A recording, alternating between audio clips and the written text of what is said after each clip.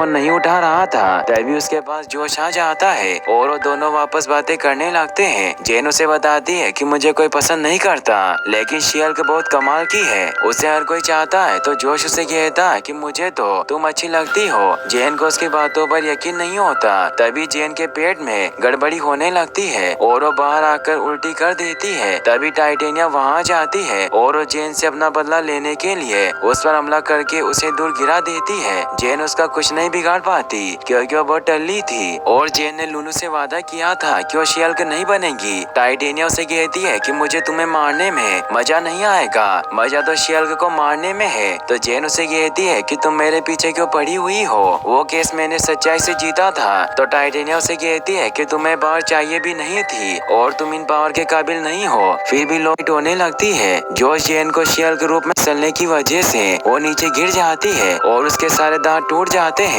इससे सभी उसका मजाक उड़ाते हैं और वहाँ से चली जाती है। लुलू भी वहाँ जाती है। जेन उसे माफी मांगती है कि मुझे ना चाहते हुए भी शियल्क बनना पड़ा क्योंकि रोल किया जाता था, इससे परेशान हो जाती है। मगर मेलोरी उसे कहती है कि हमें जेन को इस बारे में कुछ नहीं बताना चाहिए क्योंकि इससे वो परेशान हो जाएगी। लेकिन निकी घर जाते वक्त जेन को एक वॉइस मैसेज छोड़ देती है और उसे सब कुछ बता देती है क्योंकि उसकी बेस्ट फ्रेंड से कुछ नहीं छिपा सकती थी। वहीं जेन जोश के साथ बैठकर फ्रेंच फ्राइज खा रही होती है। फिर हमें एक लैब को दिखाया जाता है जहाँ शियल्क के ब्लड को हासिल करने की तैयारी चल रही होती है क्योंकि पिछली बार ब्रेकलिंग क्रू को भी इन्हीं ने शियल्क का ब्लड हासिल करने भेजा था मगर वो नाकामयाब रहे, इसीलिए उन्होंने एक नया इंजेक्शन बनाया था। फिर अगले दिन दिखाया जाता है कि जेन जब शावर लेकर बाहर निकलती है तो जोश से मैसेज पर बात कर रही होती है और अब धीरे धीरे उन दोनों की नजदीकियां बढ़ रही थी। इसीलिए वो 2-3 बार डेट पर भी जाते हैं, साथ मूवी देखते हैं, साथ खाना खाते हैं और एक दिन जब वो साथ रात गुजारते हैं तो अगले दिन जोश वहाँ नहीं होता।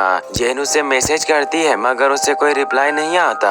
इससे वो बहुत परेशान हो जाती है और ऑफिस में भी जोश के मैसेज का ही वेट कर रही होती है। निकी जेन को बताती है कि तुम female lawyer of the year के लिए नॉमिनेट हुई हो, लेकिन जेन परेशान होने की वजह से कोई जवाब नहीं देती। घर पर भी और रात दिन टीवी देखते वक्त जोश के मैसेज का वेट करती है मगर कोई रिप्लाई नहीं आता। अगली सुबह संडे के दिन जेन को ब्लोंस्की के पैरोल ऑफिसर चक का कॉल आता है जो जेन को बताता है कि ब्लोंस्की के इनहिबिटेड डिवाइस से कोई सिग्नल नहीं मिल रहा, इसीलिए मुझे डर है कि वो कहीं एबोमिनेशन ना बन गया हो, इसीलिए मुझे उसके फार्म हाउस जाकर चेक करना होगा। मगर कोई ऑफिसर मेरे साथ नहीं चलना चाहता, इसीलिए क्या तुम मेरे साथ चल सकती हो? तो जेन भी ब्लोंस्की